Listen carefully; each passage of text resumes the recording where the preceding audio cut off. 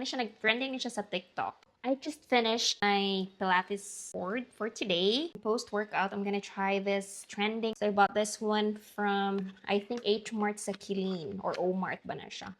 Actually, mga 2 weeks na ni siya inside the freezer. Nalimot ko kaon, then karon ako naka-remember nga naa din siya. So this is the mango.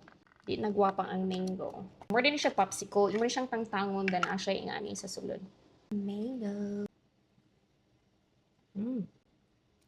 Nami. Bude. Ganahan ka ni. Mani oh. Ganahan ka ni. Lamig ka siya. Ice cream. I'm still going on. I was gonna have. Save ni after dinner? Yeah.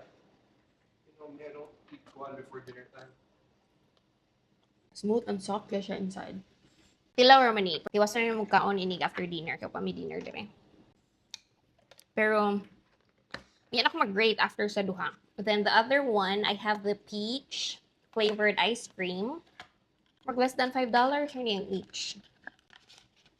It's very pretty. May pang peach. Dali ko siya maabli. Ang mango, lisod siya ganina. So this is the peach. Guwapa kayang peach. Just like me.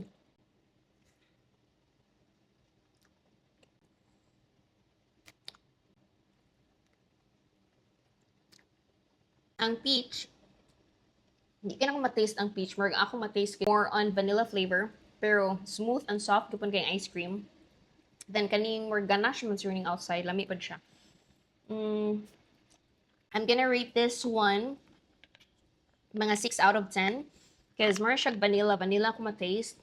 The mango gid siya. Mataste kini mga mango. So I'll rate the mango mga 9 out of 10. So that's it. Bye!